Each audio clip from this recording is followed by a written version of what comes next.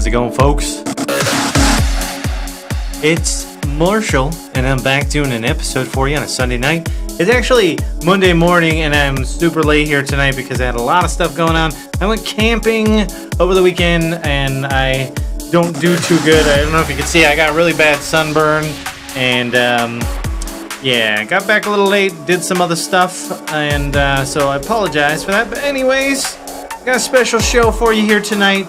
Tonight, I'm visiting, or revisiting, some vintage stuff. So check this out. Let me switch the camera.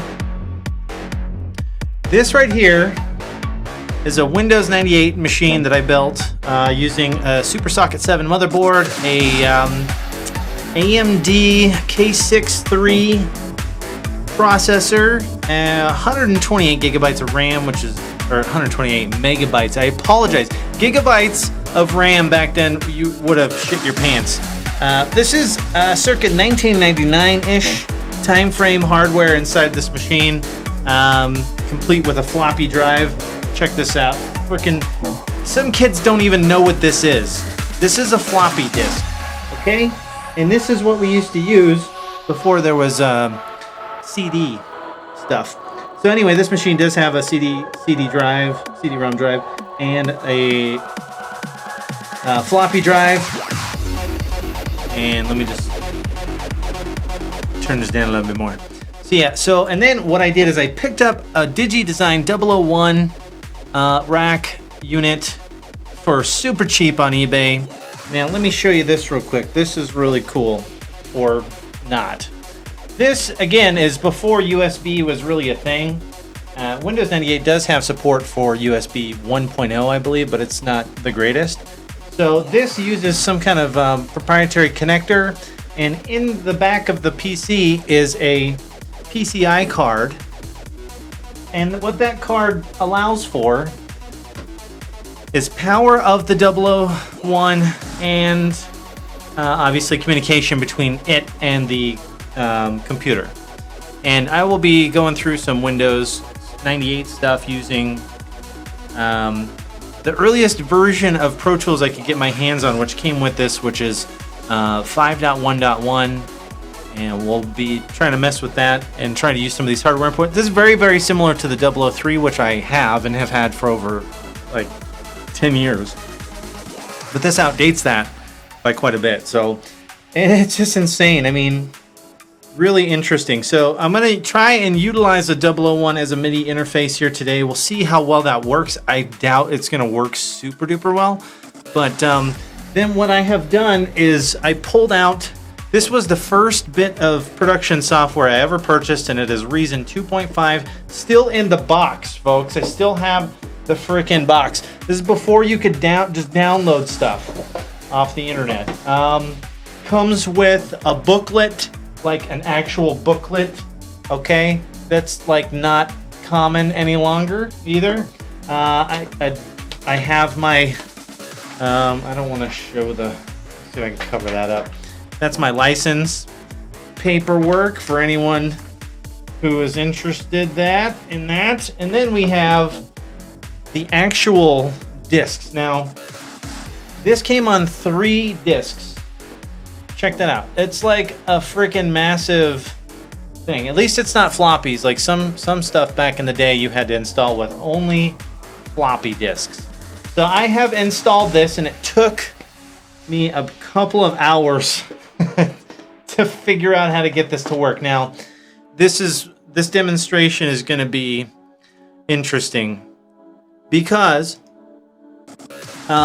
the problem is this computer only has 128 megabytes of RAM. Almost everything I ever made in Reason 2.5, which I think I got that in 2002 or 2003, somewhere around there. So I was already on an XP machine. I was using a Dell laptop. At the time, it was one of the high-end Inspiron models, and I don't remember the exact specs on it, but it was way more powerful than this machine. And so we'll see how far we can get with anything. I'm going to go through one of the demo tracks on Reason 2.5. It had one of the greatest demos I ever heard, and it was actually the reason why I purchased Reason 2.5. It's called Realization by Unknown Source. I actually was able to reach out to Unknown Source on Facebook and confirmed with him that I can play that demo for you guys. I think I can get it to run at least okay on this machine. And it's really was an interesting time for me. Back in that time frame when I started producing Reason 2.5, trance music was huge. And it was kind of what I was shooting for back then. And that track really solidified the purchase of Reason for me. And it stuck with me all the way up until I have Reason 8 right now. I need to get the upgrade and try, I think it's 9.5 they're on now, which adds VST support. That's really interesting as well. So I'd like to give that a whirl and see what Reason's like with VSTs. That's something very new and cool, I think. So yeah, let's kill this music and let's see what we can make happen here. And slow fade out. All right, so let's cut over to the Windows machine. Now this is another issue that was difficult to solve. In today's world, I believe this resolution here is 1024 by 768 or something to that effect. We can probably check that out here in a little bit, but let me just do something so I can actually see the screen on my main monitor over here without too much latency, hopefully.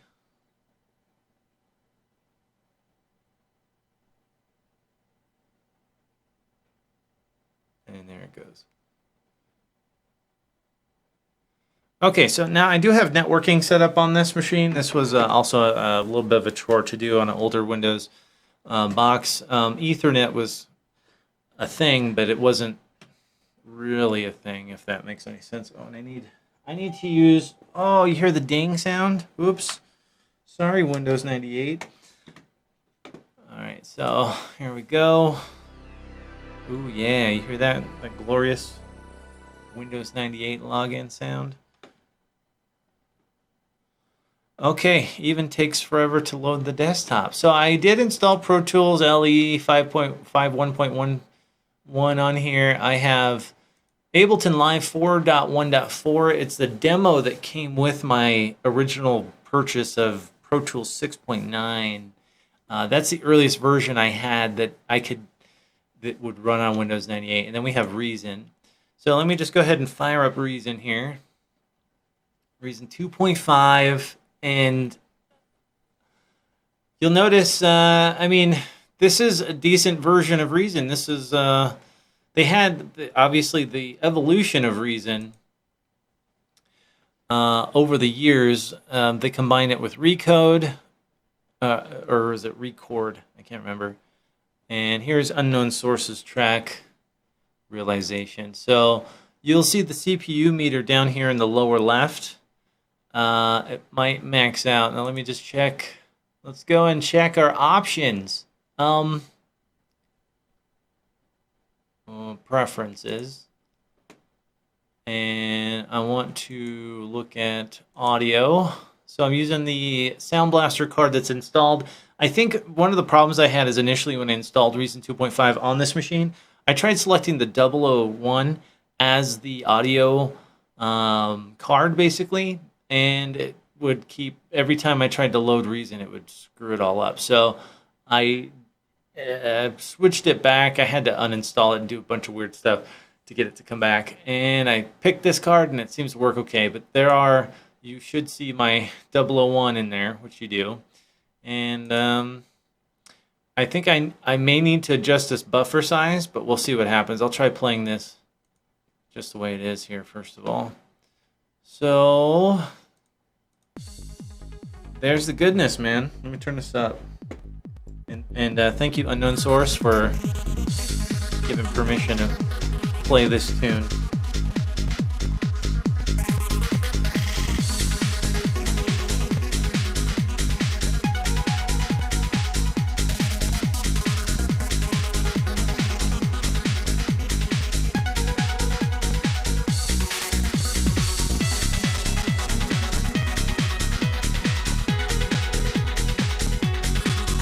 I remember I would come in here and just try and copy as much that I could get a hold of on here.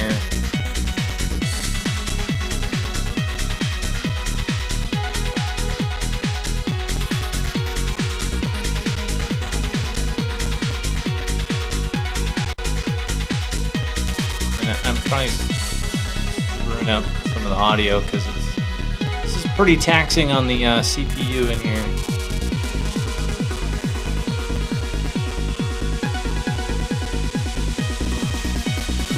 Oh yeah. Best part coming up.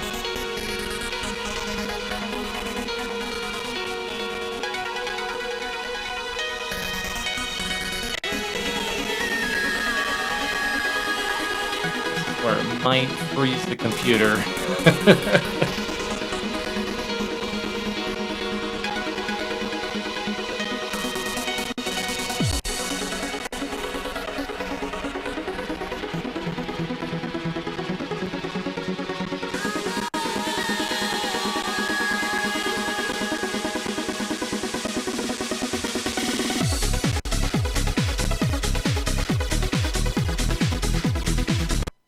And I just blue screened it. Yes! We got a blue screen on the air! We crashed Windows 98. And that's my scaler doesn't pick up certain resolutions. Apparently it's a shitty one. But yeah, we're going to have to reboot this thing. So let me just shut it off and fire it back up. So that was a common occurrence, believe it or not, for all you young people who haven't experienced as many issues with Windows or anything like that. It's a lot more stable these days. Windows 10, Windows 7, even Windows 8 was a decent OS in my opinion. 8.1 anyways. And yeah, you don't have those types of issues these days, so feel lucky. Very lucky. Now, one thing about Reason is it was a very stable OS, or a stable DAW, I should say. I had issues where it would almost never crash in Windows XP. So, and this right now is an issue of resources. I did order some additional RAM, so hopefully in the future when I do some more stuff here with this vintage stuff, we can maybe get some of these tracks to play a little bit better. So now I think the way I was able to get this to work, and I just wanted to demonstrate, that's a pain because you could be working on something and then the shit just crashes. You lose all of your work, your hard work that you spent maybe hours and hours on, and it was a big pain. Oh, is it frozen again? We'll give it a minute. So, yeah, so bottom line, it's dumb to use old software on old OSs because they suck. But it's a cool thing to kind of step back in time and think about where things were back in the day. And I think that this is around the time frame when producing music on a computer became possible, in the sense that you could get a professional sounding mix off of your machine using this old hardware. And I'm sorry, this thing's frozen again. I might have to reboot it again. So let's just do that right now.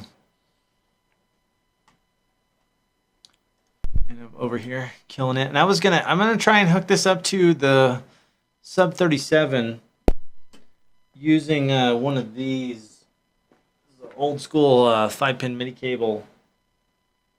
And no USB again. So we'll see if I can even get that far. I may have to wait till I get the upgrades. The other thing I did get for this setup is a MIDI man, I think is what it's called. It's a four-port USB or 4-port MIDI input-output box that connects via serial to the machine, and that will give me 4 MIDI devices I can connect. I got that for real cheap off of the internet as well, so we'll see when that comes in how that works. So right now, and the 001 does have MIDI in out on it as well, just one channel. And we're back on here. And let me see if it will not freeze. My guess is, I mean, I was able to get this to work the other day, but you never know with this kind of thing. And I do record my shows live most of the time, like right now, this is live. So if you're up late, join the discussion. Come subscribe to the channel, hit the notifications, stay up late on a Sunday, call in sick to work on Monday, and talk about old school stuff, even new school stuff. I do a lot of stuff with Ableton nowadays, and if I get an opportunity to upgrade to Reason 9.5, I will probably do some stuff on that as well. But let's see, preferences. Let's go into our audio settings, and I'm going to just crank the buffer all the way up. And if I have to, we could reduce the sample rate, but we're going to lose some fidelity, obviously, in doing that.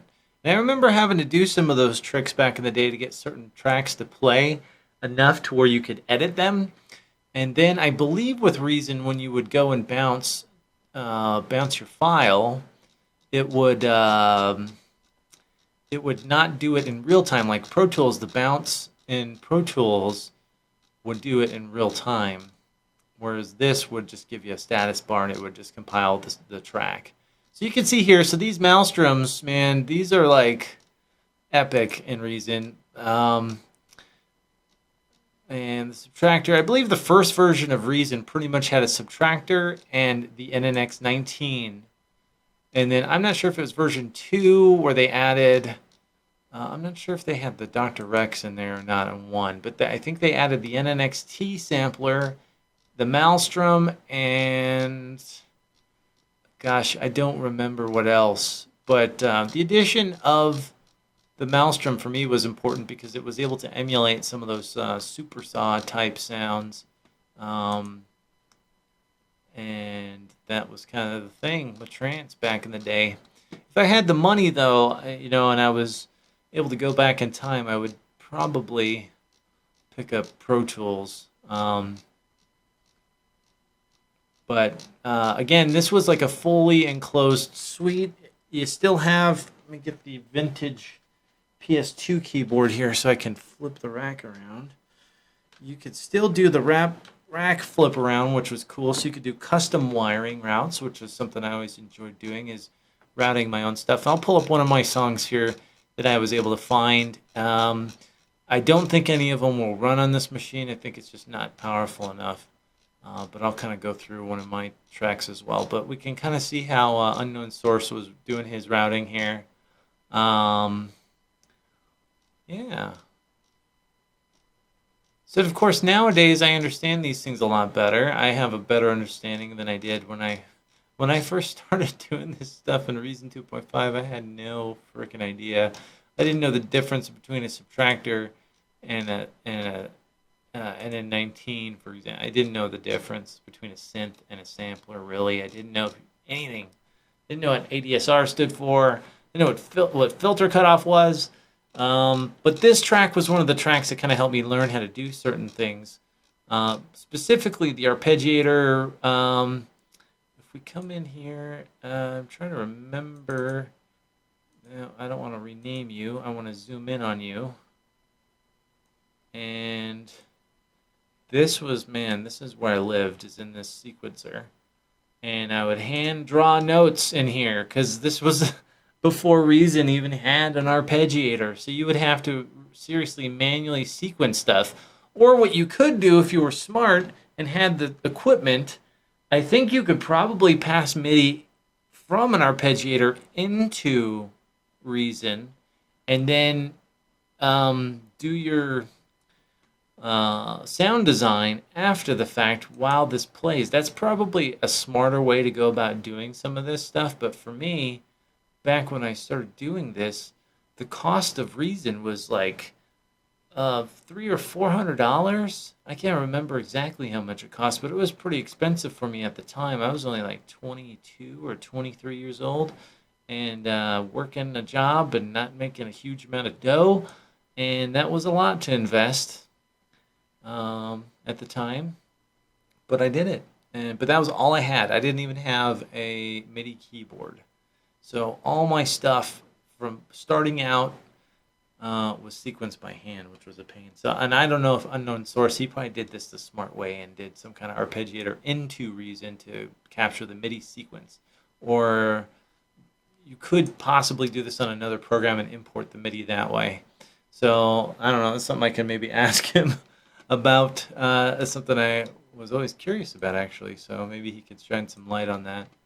But yeah. So this is Reason 2.5 on Windows 98. Let's see if we can get Unknown Source's track to play all the way through here. I'm just gonna make sure that starts over. Nope. That did not start over for us, so let's... and this was the zoom. Yeah, this was a pain. So the controls in Reason nowadays, I think, are a little bit better, but actually, I think Ableton has the best operation in this area. So anyway, here let's play it again.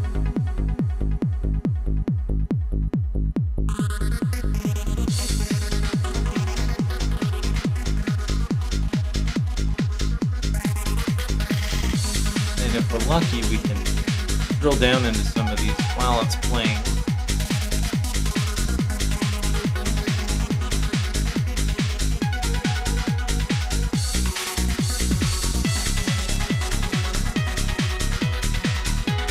Check out the piano here.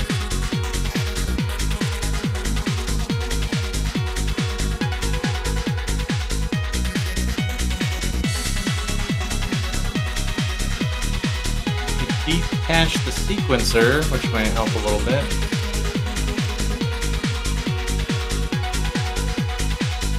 You can just see the computer's just struggling to do this.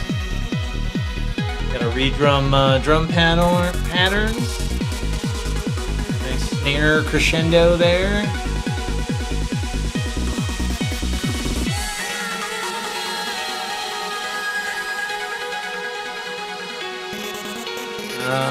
And I believe the Rex loop is just a percussion loop.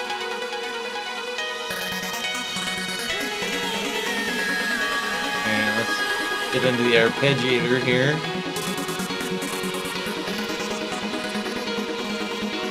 See the arpeggiated sequence, because you can see the filter cutoff automation here.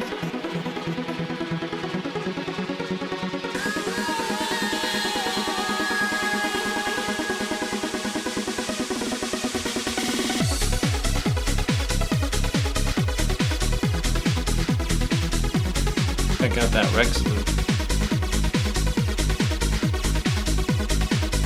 Yeah.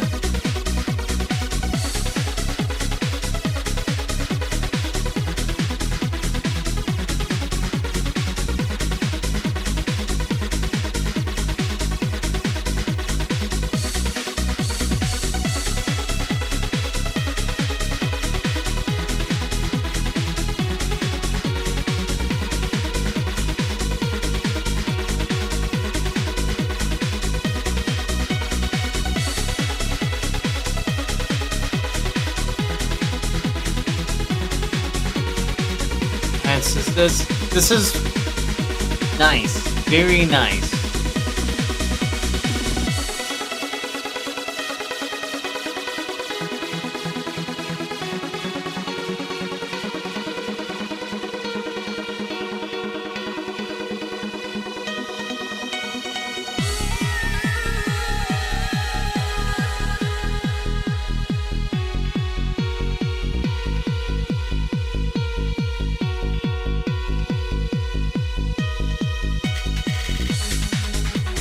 Now, I am just a little bit curious of what he was using the Matrix for here.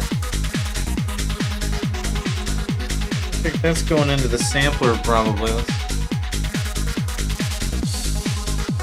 Yeah, so we're doing some kind of CV gauge of the... I can't see that from here.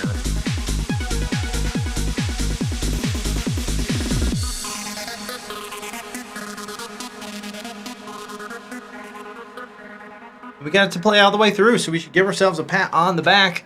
because that is the only song I've been able to get to play on here of any type of goodness.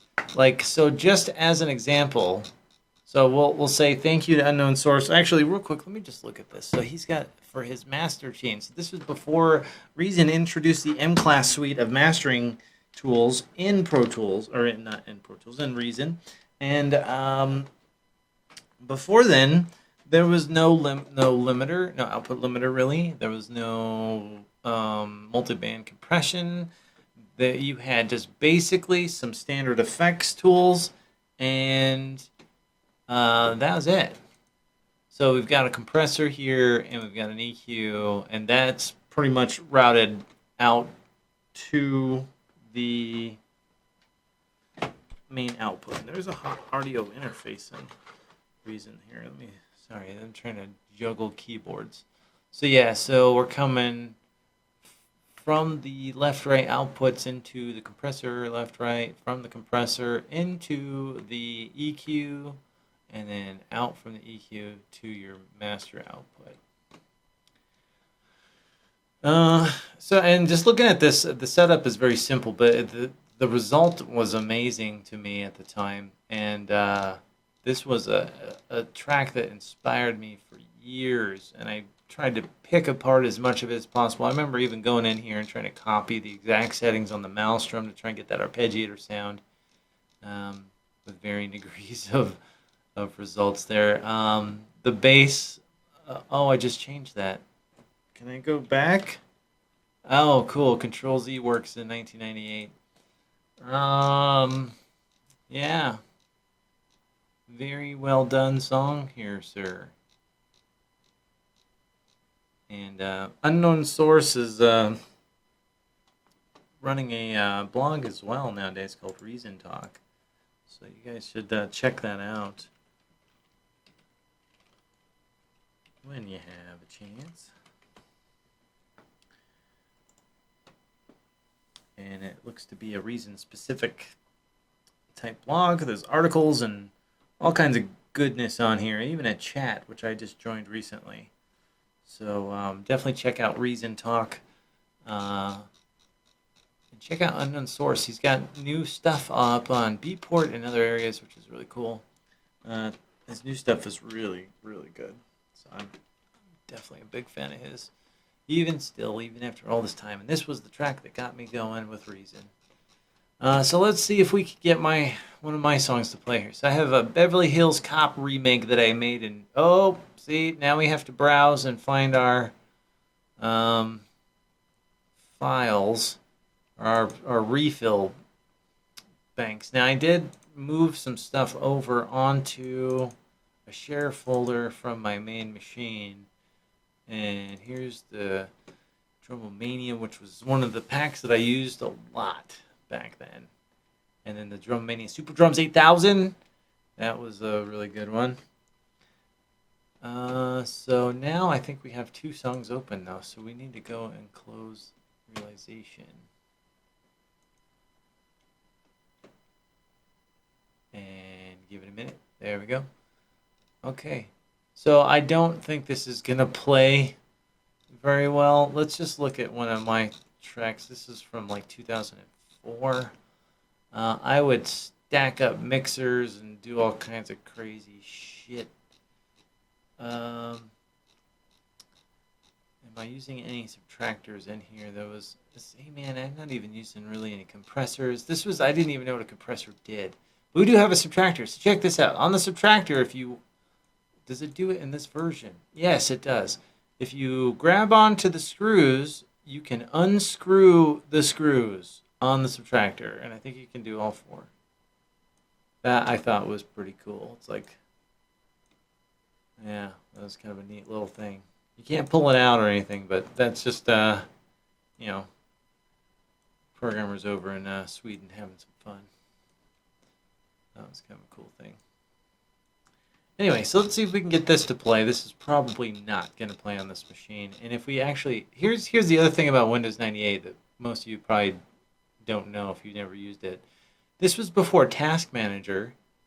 And if you wanted to see how your system was being utilized, you'd have to come in here, go into Programs, Accessories, and then System Tools, and then you would have to pull up System Monitor. Now, I've already kind of added a memory allocator. I believe the processor kernel is kind of the main thing that they show in here. But you could add additional panes, and it's supposed to update every few seconds. So you can see here, this is going up to 170 megabytes, which means I'm probably utilizing what they called virtual memory back in the day, which is basically just a disk cache of on the hard drive. And so I think I have a hope that when I add additional RAM to this machine, that it will play some of these older songs, and maybe we can come back to this. But so just watch this. This is probably gonna freak this out as I play this old school remake I did of the Axel F tune. Yeah, see, the CPU's just jumped all the way up. We haven't even gotten into anything.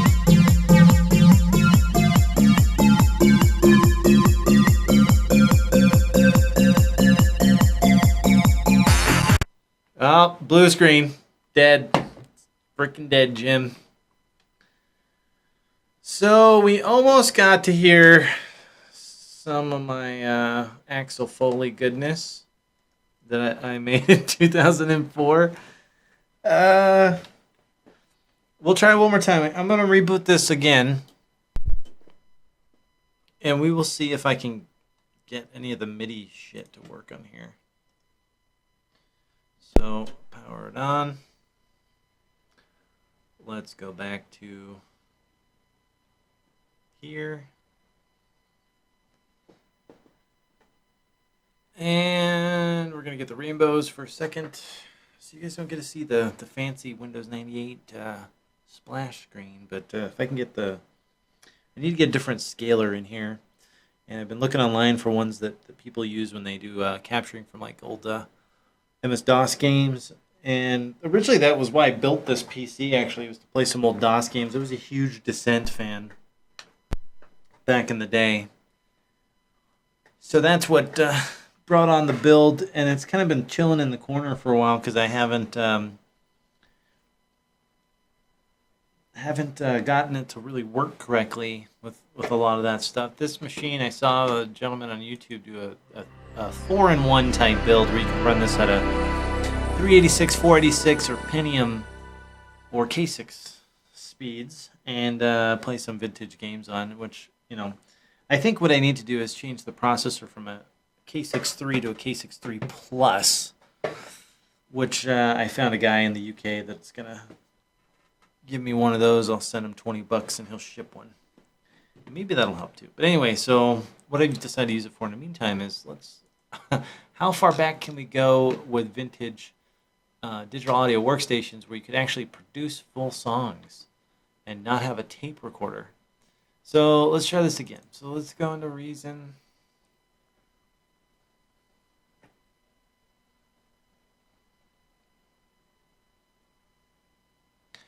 Okay, let's load up some stuff. Let's get like a mixer in here, and let's get a Maelstrom.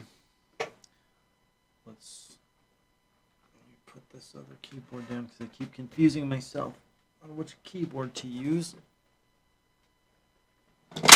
Whoa, mamacita. There we go. Okay. So now Reason would automatically wire stuff for you. So we'll just leave that like that for right now. And let's go to here.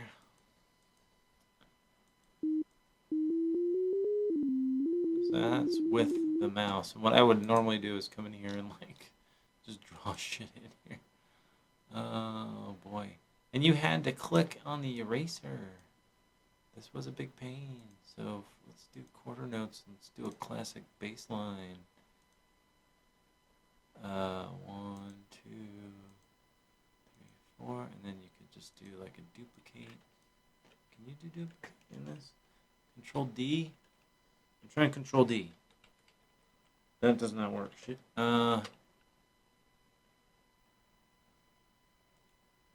Control.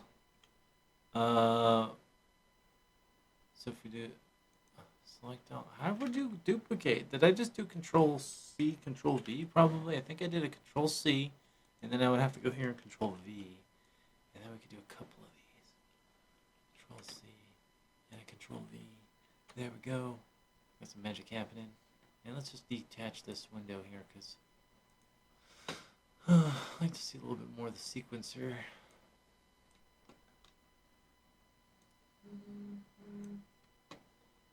And let's play this. And let's speed our tempo to like 140, baby, for trance BPMs there.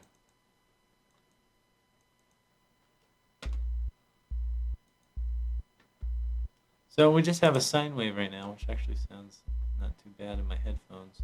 But let's see what some of the waveforms are in here. So these are all the waveforms that came in Reason 2.5 on the Maelstrom. We can do.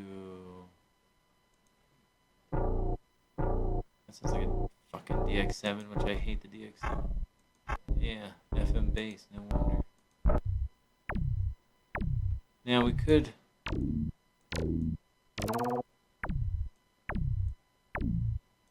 Shift our octave up a little bit.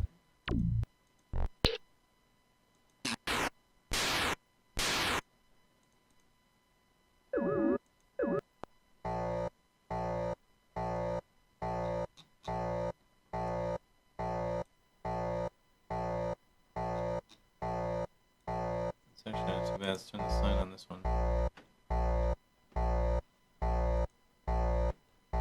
And I think that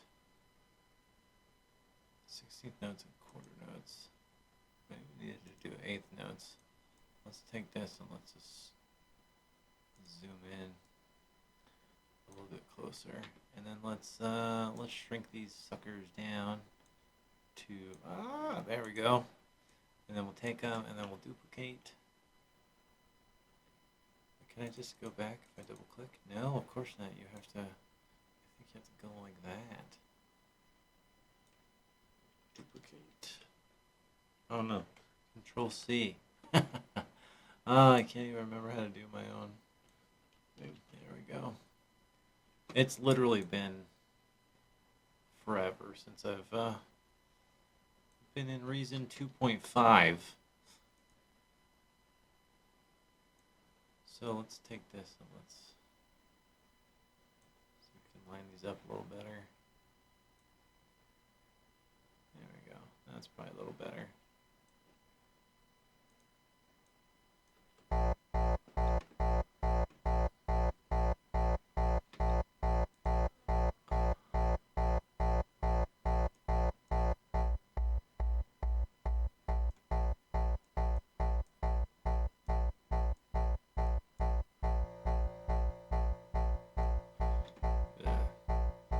Sound design here. All right, that sounds good. So let's just let's throw a compressor on there and an EQ. Actually, we should probably do an EQ and then a compressor.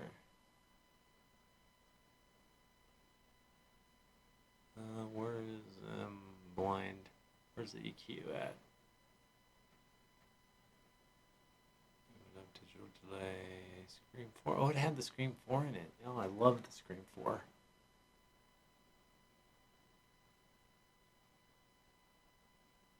There's a 2-band EQ. Was that all there was? Was a 2-band? Man. And then let's add a compressor. There's a compressor. Let's turn our ratio down a little bit. Let's turn our threshold to something like there, and then we'll turn the release down. Maybe. Let's see what that does. Like without a visual.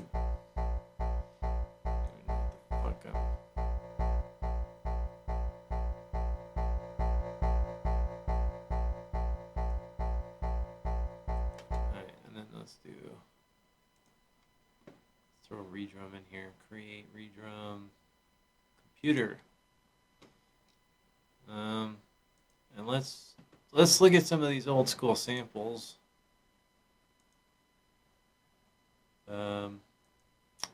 Desktop. Shared. Oh, if you're wondering about the motherboard in this machine, it is a Gigabyte GA5XA version 2 or version 5.2.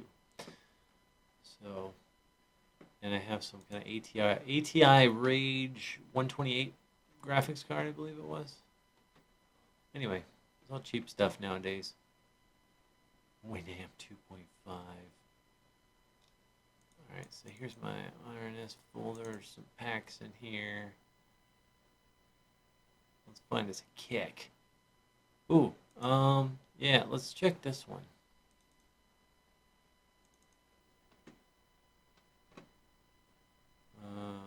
Actually, I always like, I think,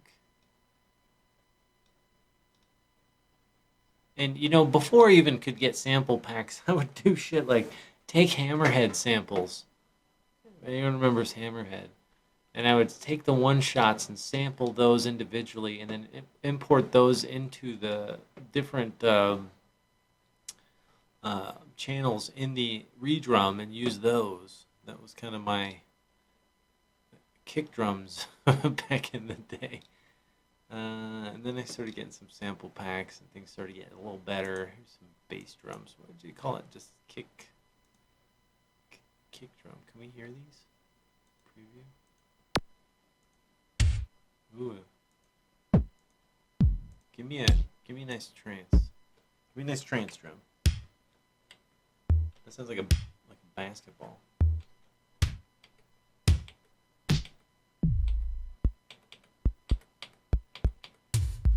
Ooh. Give me that one. Yeah. Give me that one.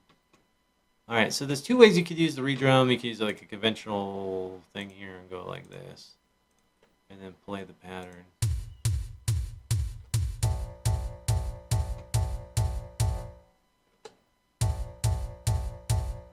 And we have some misaligning going on.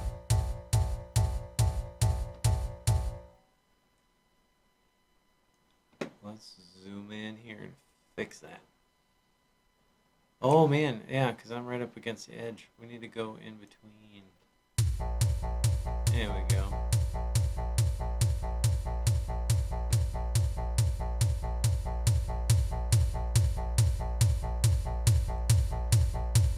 Now, instead of doing this, I mean, I would do something like this if I was going to do a sidechain, and then I would just mute the output and sidechain the compressor. But there is no sidechain on here.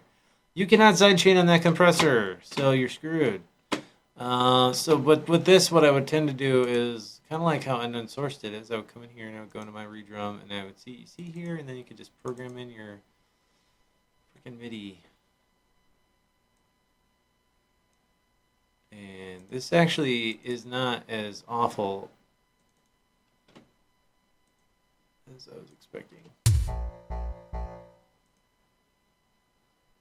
1, 2, there we go. 1, 2, 3, 4 on the floor.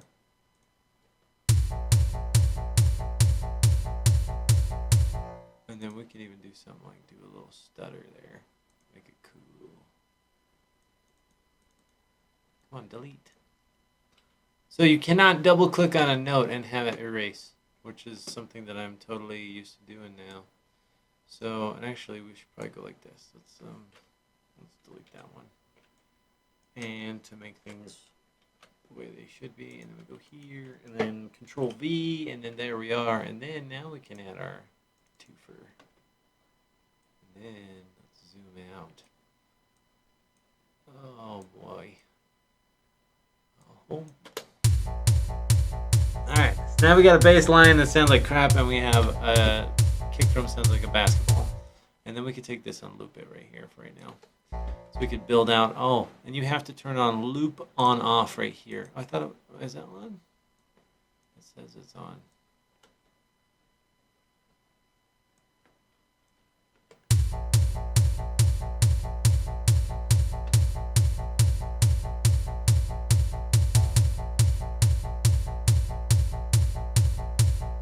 Now we can probably come down here and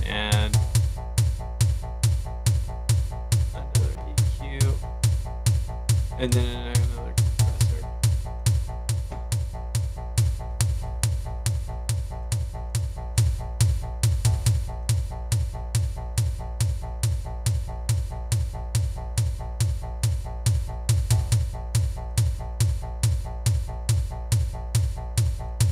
Let's see, are we clipping anything? Not yet, but I'm sure we will clip here pretty soon. Now let's see how this two-band EQ works again. I can't remember. Is it frequency in your Q value?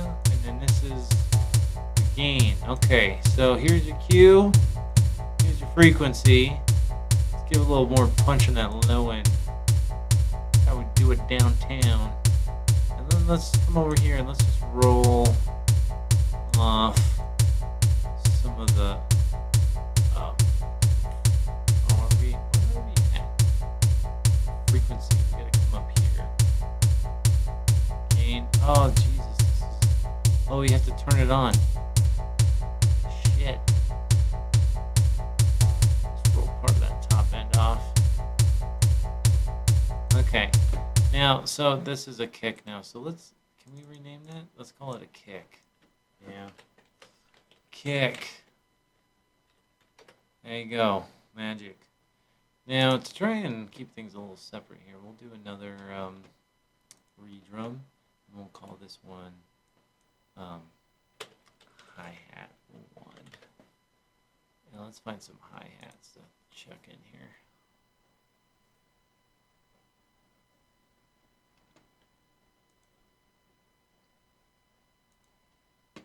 So again, we're in the Super Drums 8000.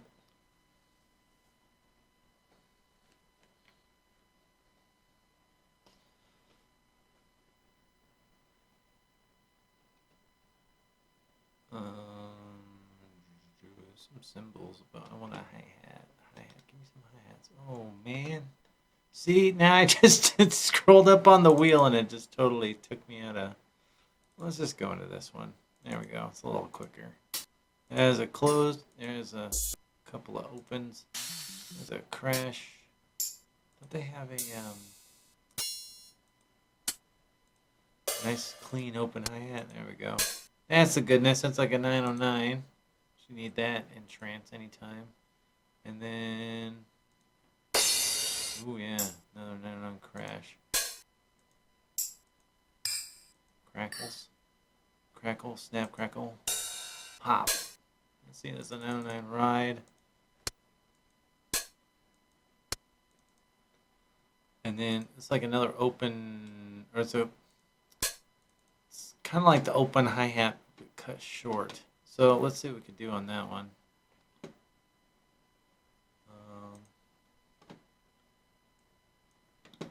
And I'm trying to do this from far away from the screen, so.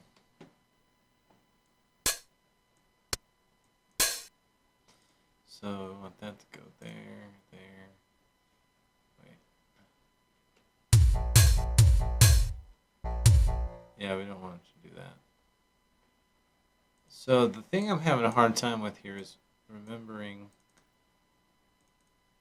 Come on. See, I'm on the wrong one. Oh boy.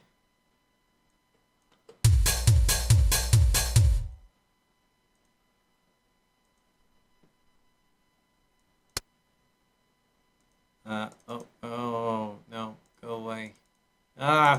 Erase. Okay, let's go down to 8th note. Or we're on 8th, let's go to 16th notes then. Now let's start throwing in some goodness here.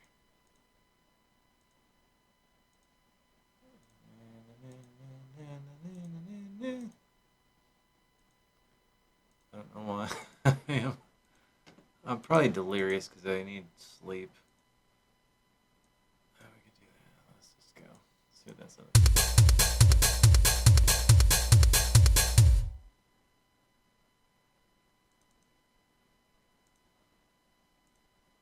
One, two, three, one. I don't know, just doing whatever. Let's see what that does.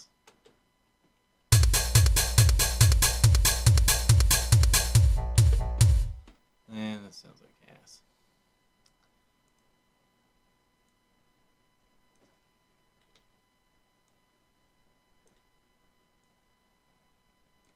let's see if we can do Control. Oh, not Shift. Control C. Let's delete those.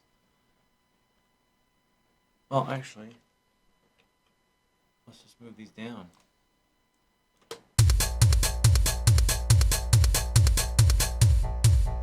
Yeah. Alright, do that. Where's my right, left? Okay, so we need to extend these to match our bar. Something like that.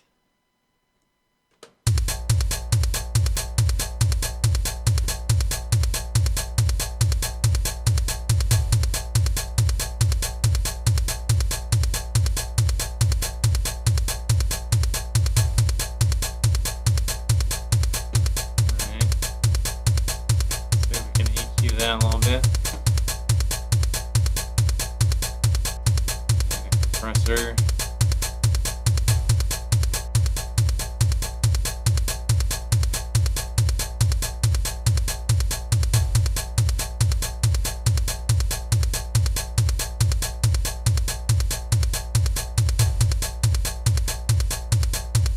And now we're clipping. Now we're getting some clippage. Oh.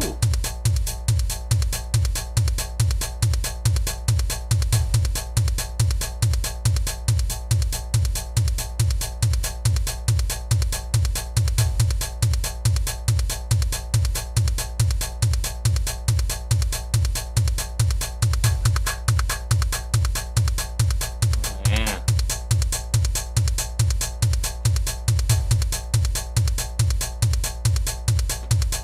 All right. I think it's progress. let's just to get a drum loop. Let's do I probably shouldn't go too crazy because I'm gonna run out of processing power on this machine. But we're doing all right so far. So let's just do we could probably add our crash in here and some other stuff. But let's add one more and do our snares.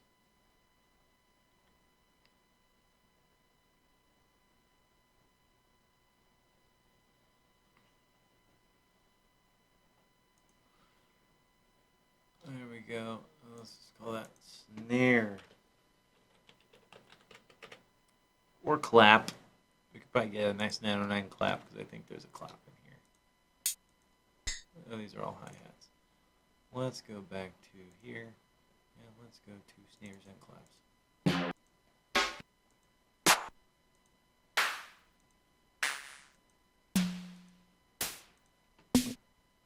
So that's going to be probably my crescendo snare.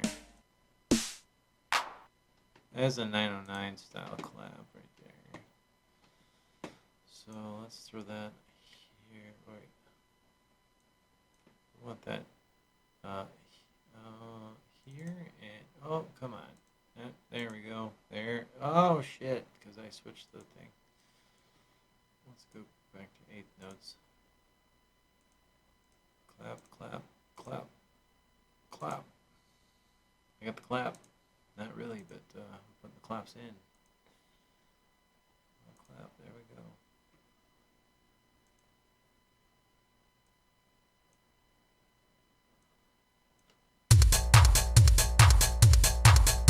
Yeah.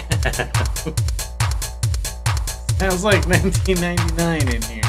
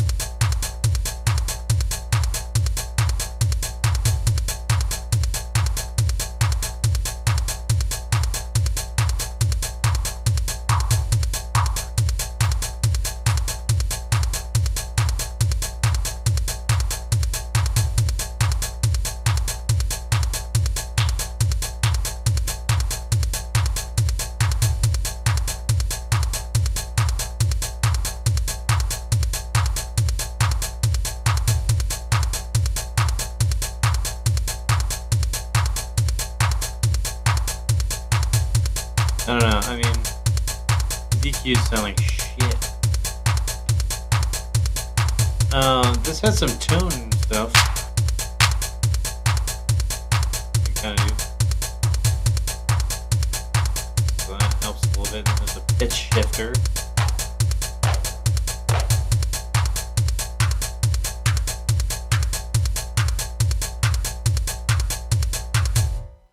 Yeah.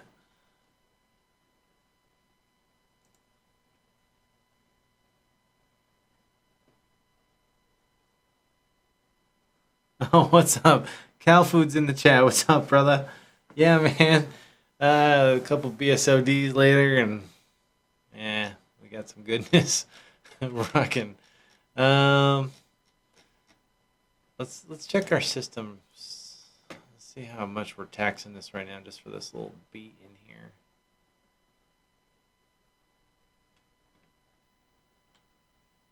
System tools, and let's do the system monitor. The problem is, I think the system monitor takes up a bunch of freaking memory too. So let's play this and see what happens.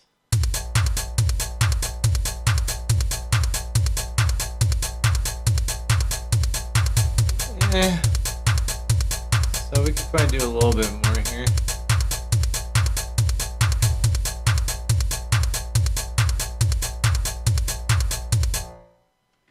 Okay. I guess we can leave that up and see what happens. Let's see if we can make a lead. Let's go into our maelstrom.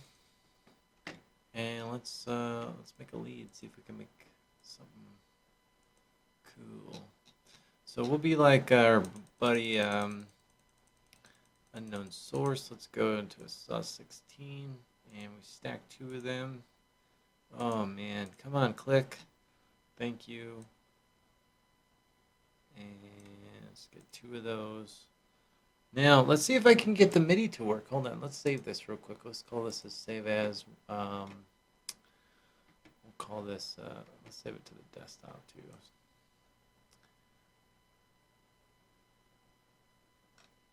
Desktop. There you are. Yeah, we'll call this Win 98 track.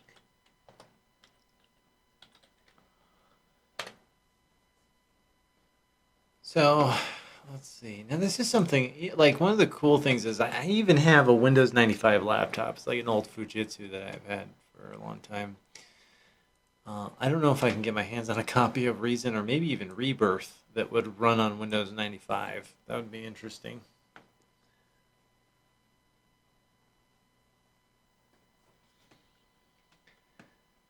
Okay, so let's see what kind of MIDI implementation we can have happen here.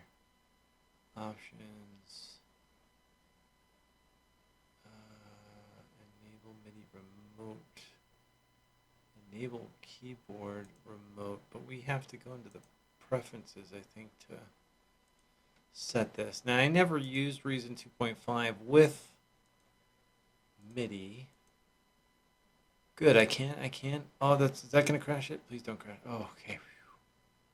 Okay, so channel 1. This is to record into the Reason sequencer, specify port. So we're going to go there. I have the I get my mice confused. I have the sub 37 connected with a MIDI plug. Let's see if it'll work. There's no mic over there, so bear with me.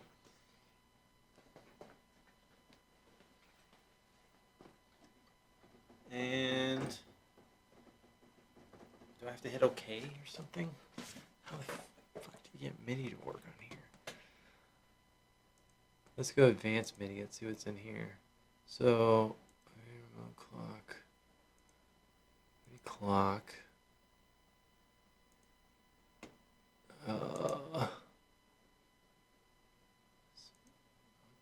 Okay. MIDI. I'm on channel 1.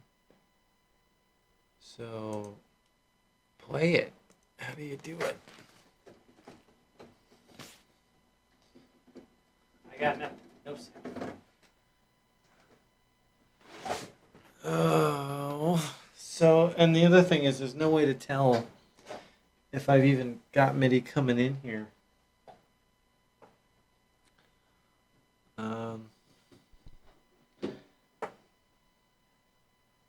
I'm plugged into the MIDI in, but oh, you know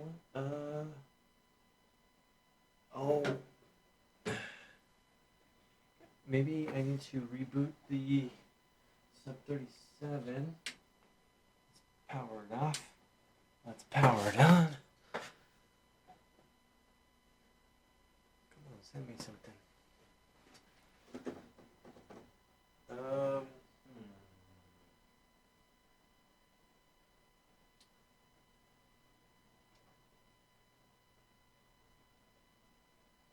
See if I can go to the global settings on here, make sure.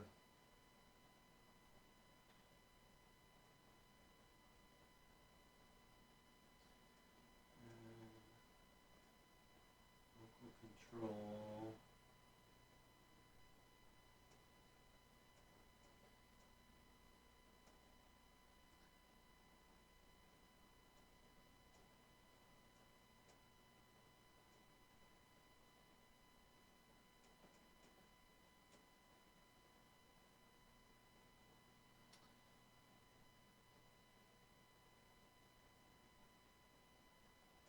Well,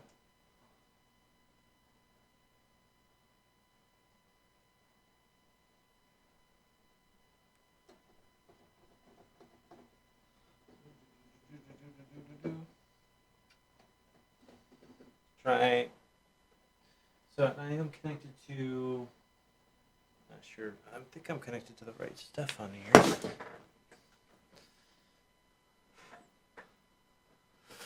Well, I don't know if I'm gonna get MIDI to work.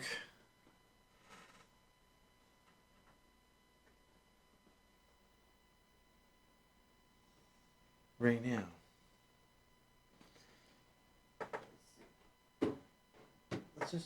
I wish there was a way to tell that I had MIDI coming in.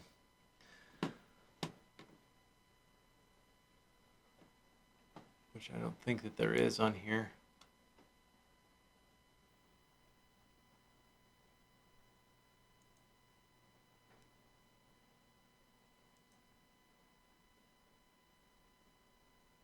So, okay, so this sucks because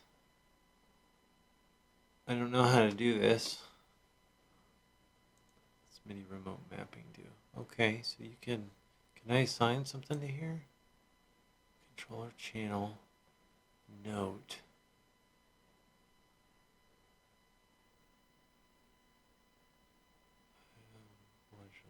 Shift. So this is nice. Oh, here. Let's see if this will. Can we teach it stuff? Where's the cutoff? This might tell us if we're. Are you getting any signal? No. Okay, something's wrong. Maybe we need to plug this into here. And then I'm going to do that again.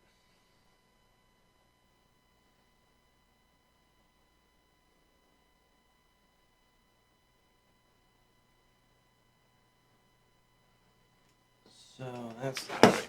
Let's try. From here to here.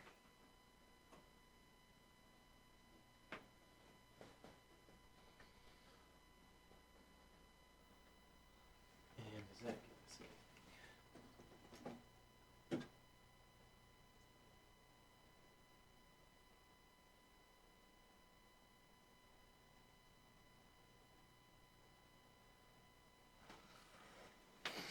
I don't know. It could be that the interface's MIDI is not working. I don't know. I don't have a simple way to connect this. Like back in the day, I had a Korg control surface that had MIDI I/O and through, I think, with the 5-pin connectors, but I sold that years ago.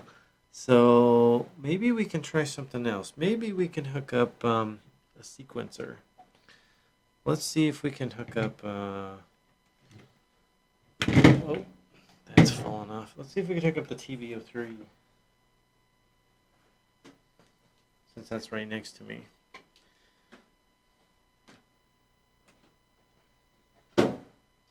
And maybe in.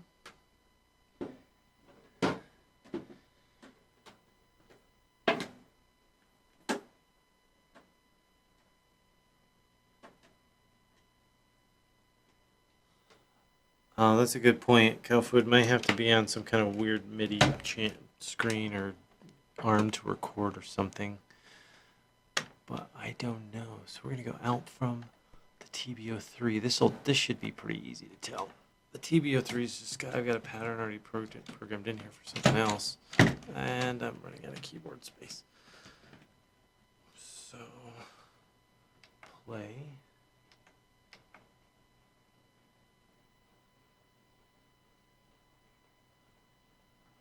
You can hear the 303 or the TB3 playing.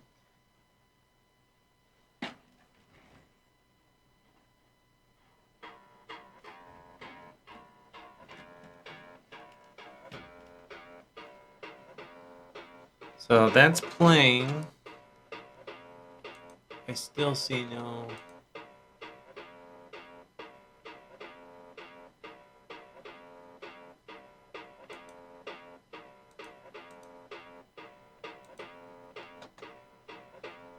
Oh, wait a sec. Let's turn that off.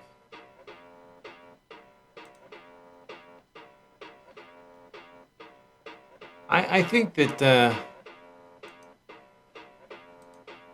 think the interface is screwed on this 001 maybe.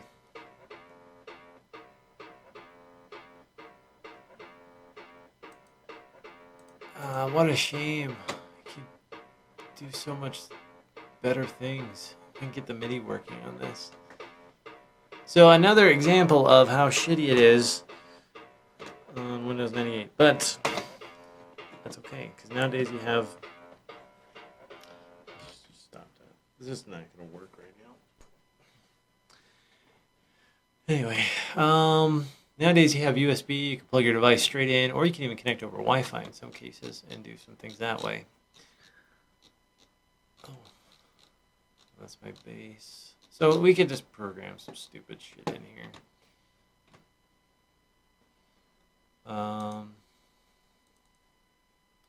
See, what key was I in?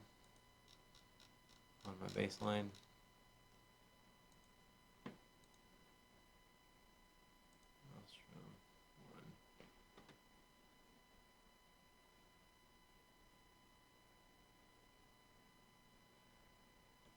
E sharp, flat. Let's just do the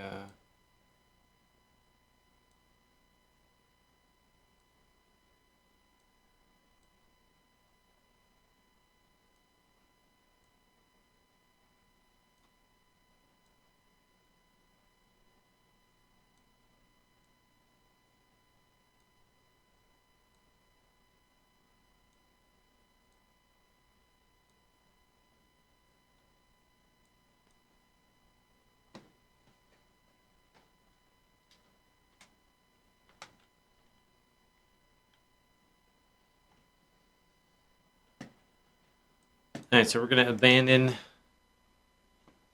MIDI for the time being.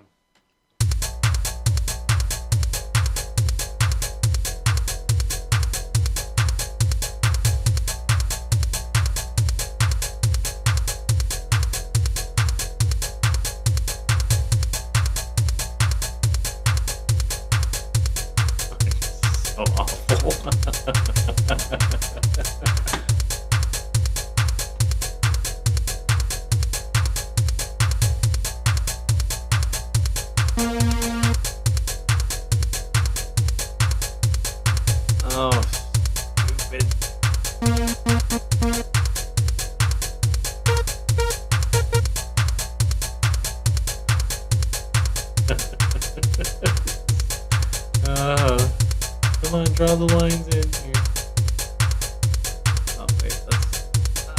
behind me.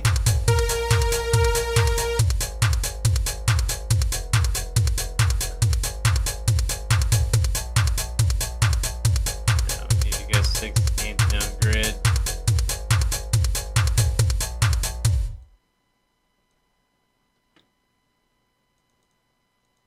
Ah, fuck. I keep wanting to just click on the thing. 1, 2, 3. 1, 2, 3.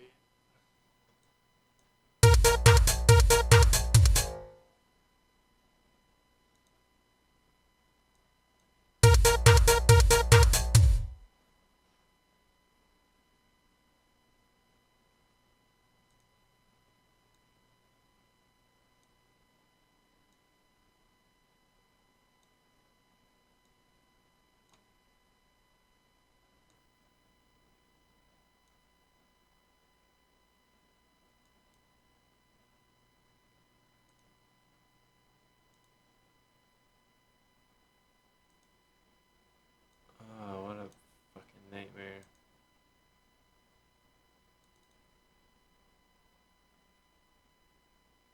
Oh, you know what? I could just kill that one.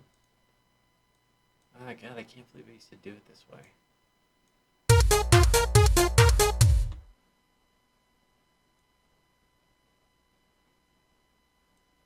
Come on.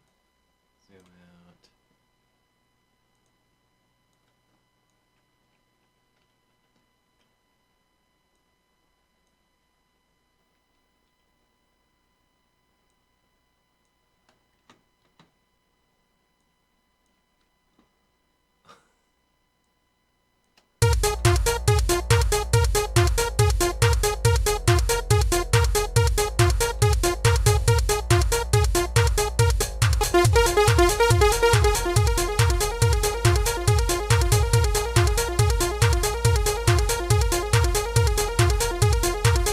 Use some filter routing.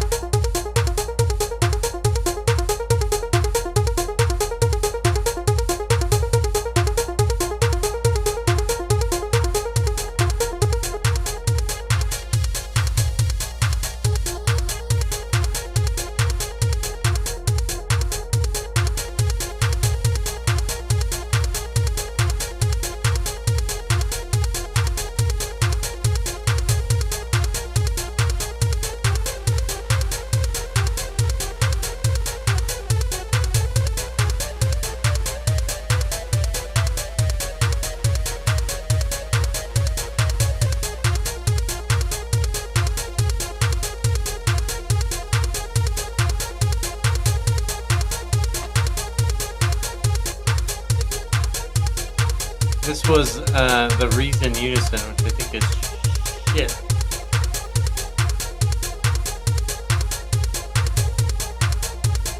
Meaning bad.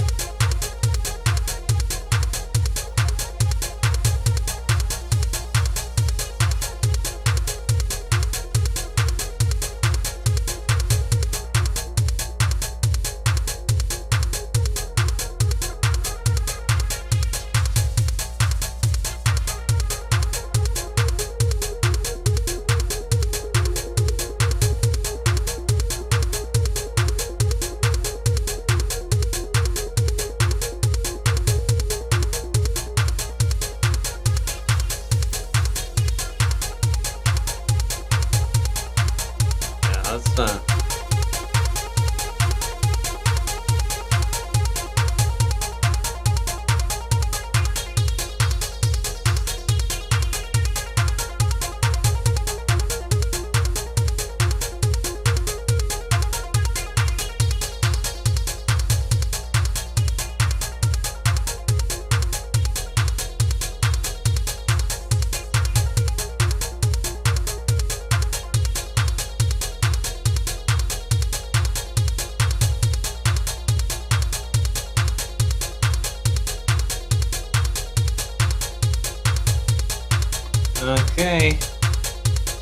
have like a song kind of, sort of.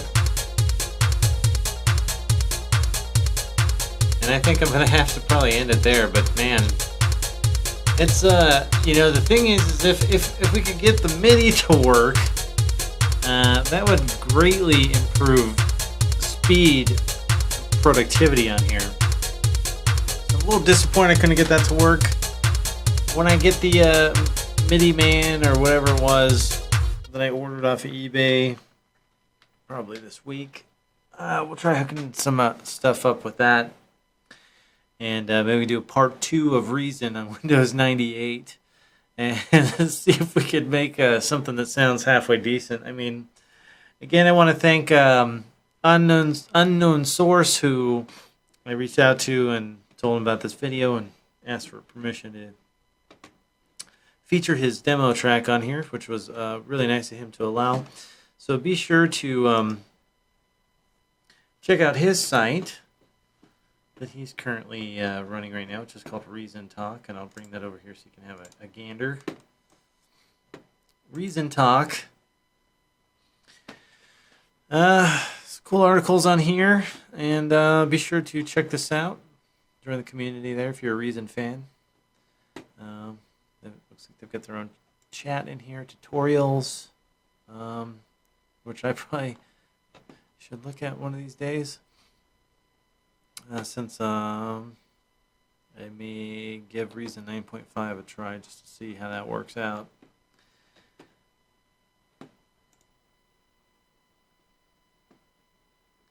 And yeah, so thank you again to Unknown Source. Check him out.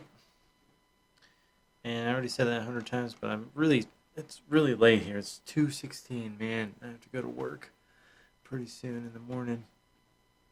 So thanks again for tuning in, folks. Let me start this and do my exit stuff. So be sure, if you enjoyed this video, to leave a comment, like, and subscribe if you have not already.